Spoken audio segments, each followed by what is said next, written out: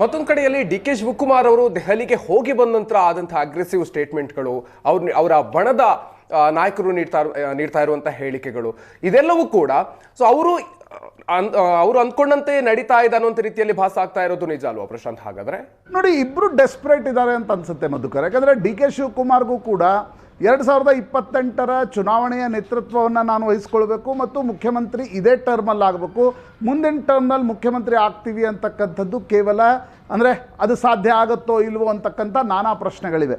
ಹೀಗಾಗಿ ಡಿ ಕೆ ಶಿವಕುಮಾರ್ ಹೈಕಮಾಂಡ್ನಿಂದ ಅಭಯವನ್ನು ಪಡೆದಿದ್ದರು, ನನ್ನನ್ನು ಮುಖ್ಯಮಂತ್ರಿ ಮಾಡಬೇಕು 2.5 ವರ್ಷದ ನಂತರ ಅಂತ. ಈಗ ಅವರು ಹೈಕಮಾಂಡ್ಗೆ ಪದೇ ಪದೇ ಅದನ್ನು ನೆನಪು ಮಾಡ್ಕೊಳ್ತಾ ಇದ್ದಾರೆ, ನನ್ನನ್ನು ಮುಖ್ಯಮಂತ್ರಿ ಮಾಡಿ 2.5 ವರ್ಷಗಳ ಕಾಲ ನಾನು ಮುಖ್ಯಮಂತ್ರಿಯಾಗಿರ್ತೀನಿ, 28ರ ಚುನಾವಣೆಯ ಪೂರ್ತಿ ಜವಾಬ್ದಾರಿಯನ್ನು ನಾನು ತೆಗೆದುಕೊಳ್ತೀನಿ, ವಾಪಸ್ ಅಧಿಕಾರಕ್ಕೆ ತರೋದು ನನ್ನ ಜವಾಬ್ದಾರಿ ಅನ್ನೋದನ್ನು ಡಿ ಕೆ ಶಿವಕುಮಾರ್ ಹೈಕಮಾಂಡ್ಗೆ ಹೇಳಿ ಬಂದಿದ್ದಾರೆ. ಒಂದು ವೇಳೆ ಅಕ್ಟೋಬರ್ 31ರೊಳಗಡೆ ಆ ನಿರ್ಣಯವನ್ನು ನಿಮ್ಗೆ ತೆಗೆದುಕೊಳ್ಳಿಕ್ಕೆ ಆಗದೇ ಇದ್ದಲ್ಲಿ, ನಾಳೆ ಮಧ್ಯಪ್ರದೇಶ ಮತ್ತು ರಾಜಸ್ಥಾನದ ರೀತಿ ಆದರೆ ನನ್ನನ್ನು ನೀವು ಜವಾಬ್ದಾರಿಯನ್ನಾಗಿ ಮಾಡಬೇಡಿ ಅನ್ನೋದನ್ನು ಕೂಡ ಸೇರಿಸಿ D K Shivakumar K C Venugopal ಮೂಲಕ ರಾಹುಲ್ ಗಾಂಧಿಗೆ ಹೇಳಿ ಬಂದಿದ್ದಾರೆ. ಇನ್ನೊಂದು ಕಡೆ ಸಿದ್ದರಾಮಯ್ಯನವರು ಕೂಡ ಅಷ್ಟೇ ಹಠಮಾರಿ ರಾಜಕಾರಣಿ. ಹಠಮಾರಿ ಇನ್ ದ ಸೆನ್ಸ್, ಎಲ್ಲ ಪಾಲಿಟಿಷಿಯನ್ಸ್ಗಳು ಅಷ್ಟು ಸುಲಭವಾಗಿ ಯಾರೂ ಕುರ್ಚಿಯನ್ನು ಬಿಟ್ಕೊಡ್ಲಿಕ್ಕೆ ತಯಾರಾಗಿರೋಲ್ಲ. ಅದು ಎಲ್ಲ ಪಾರ್ಟಿಯ ಎಲ್ಲ ನಾಯಕರು ಇರ್ಬೋದು. ಆ ಸಂದರ್ಭದಲ್ಲಿ ಈಗ ಸಿದ್ದರಾಮಯ್ಯನವರು ಮುಂದಿನ ದಿನಗಳಲ್ಲಿ ಏನು ಮಾಡ್ತಾರೆ, ಅವರ ಬಣ ಏನು ಮಾಡುತ್ತೆ, ಅದರ ಕೌಂಟರ್ ಸ್ಟ್ರಾಟಜೀಸ್ ಏನು? ಯಾಕಂದರೆ ರಾಜಣ್ಣ, ಸತೀಶ್ ಜಾರಕಿಹೊಳಿ, ಎಂ ಬಿ ಪಾಟೀಲ್, ಸಂತೋಷ್ ಲಾಡ್ರ ನಿನ್ನೆಯ ಮಾತುಗಳನ್ನು ಕೇಳಿದರೆ ಅಷ್ಟೊಂದು ಸುಲಭವಾಗಿ ಕುರ್ಚಿಯನ್ನು ಬಿಟ್ಕೊಡ್ತಾರೆ ಅಂತಕ್ಕಂಥದ್ದು ಸ್ಪಷ್ಟವಾಗಿ ಅನ್ನಿಸ್ತಾ ಇಲ್ಲ. ಆಗ ಡಿಮಾಂಡ್ಸ್ ಏನು ಬರುತ್ತೆ, ನೆಗೋಷಿಯೇಷನ್ಸ್ ಏನಾಗುತ್ತೆ, ಜಗಳ ಆಗತ್ತಾ, ಫಾರ್ಮುಲಾ ಹೈಕಮಾಂಡ್ ಏನು ತರುತ್ತೆ? ಇನ್ನೊಂದು ಕಡೆ ಬಿ ಜೆ ಪಿ ರಾಷ್ಟ್ರೀಯ ಪಕ್ಷವಾಗಿ ಅದು ಕೂಡ ನಿಶ್ಚಿತವಾಗಿ ಕರ್ನಾಟಕದಲ್ಲಿ ಏನಾದರೂ ಅವಕಾಶ ಸಿಗುತ್ತಾ ಅಂತಕ್ಕಂಥದ್ದನ್ನು ಕಾದು ನೋಡ್ತಾ ಇರುತ್ತೆ. ಆ ಸಂದರ್ಭದಲ್ಲಿ ಬಿ ಜೆ ಪಿ ಏನು ಮಾಡುತ್ತೆ? ಇವೆಲ್ಲವೂ ಕುತೂಹಲಕಾರಿ ಅಂಶಗಳು ಮಧುಕರ್. ಇವತ್ತು ನಾಳೆ ಒಳಗಡೆ ಏನೋ ತೀರ್ಮಾನ ಆಗಿಬಿಡುತ್ತೆ, ಸಿದ್ದರಾಮಯ್ಯನವರ ಬಣ 4 ಹೆಜ್ಜೆ ಹಿಂದೆ ಸರಿದಿದೆ, ಪ್ರಾಯಶಃ ನನಗನ್ಸುತ್ತೆ ಆ ರೀತಿಯ ನಿಷ್ಕರ್ಷೆಗೆ ಬರುವುದು ಸ್ವಲ್ಪ ಮಟ್ಟಿಗೆ ಅವಸರವಾದೀತು ಅನಿಸುತ್ತೆ.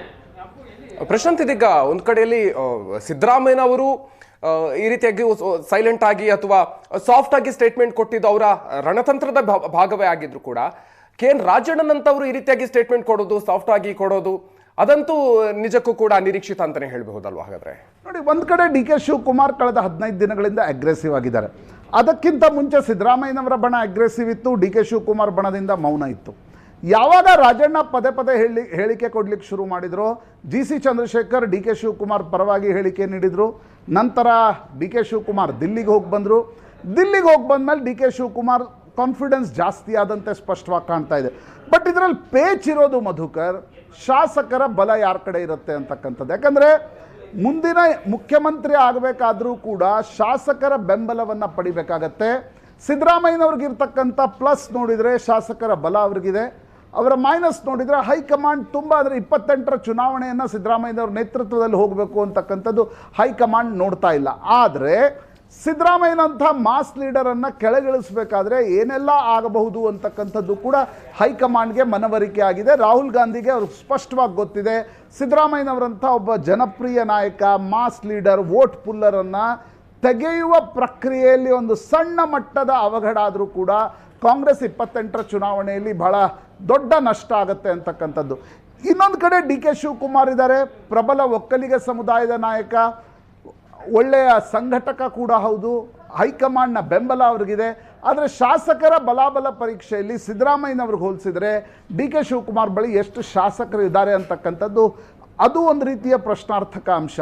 ಈಗ ನನಗನ್ಸುತ್ತೆ ಅಕ್ಟೋಬರ್ ಇರಲಿ ನವೆಂಬರ್ ಇರಲಿ ಹೈಕಮಾಂಡ್ ಏನೇ ನಿರ್ಣಯವನ್ನು ತೆಗೆದುಕೊಳ್ಬೇಕಾದ್ರೂ ಕೂಡ ಶಾಸಕರನ್ನು ಹೇಗೆ ಮನವೊಲಿಸುತ್ತೆ, ಸಿದ್ದರಾಮಯ್ಯನವ್ರನ್ನ ಹೇಗೆ ಮನವೊಲಿಸುತ್ತೆ, ಅವರ ಬಣ ಏನು ಮಾಡುತ್ತೆ ಅಂತಕ್ಕಂಥದ್ದು ಬಹಳ ಮುಖ್ಯ ಆಗುತ್ತೆ. ಯಾಕಂದ್ರೆ ನಿನ್ನೆ ಸತೀಶ್ ಜಾರಕಿಹೊಳಿ ಅವರ ಹೇಳಿಕೆಯನ್ನು ವೀರಪ್ಪ ಮೊಯ್ಲಿ ಹೇಳಿಕೆ ಬಗ್ಗೆ ಕೇಳಿದಾಗ ಅವರಂದ್ರು ನಮಗೊಂದು ರೂಲ್ಸು ಅವ್ರಿಗೊಂದು ರೂಲ್ಸು ಸರಿನಾ ಅಂತಕ್ಕಂಥದ್ದು.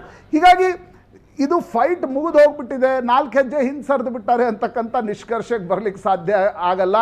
ರಾಜಕಾರಣದಲ್ಲಿ ಕೊನೆಯ ದಿನದವರೆಗೂ, ಕೊನೆಯ ಕ್ಷಣದವರೆಗೂ ಕೂಡ ಏನಾಗುತ್ತೆ ಅಂತಕ್ಕಂಥದ್ದನ್ನು ಊಹಿಸೋದು ಪ್ಯೂರ್ ಸ್ಪೆಕ್ಯುಲೇಷನ್ ಆಗ್ಬೋದು. Madhukar, okay, thank you Prashanth sir.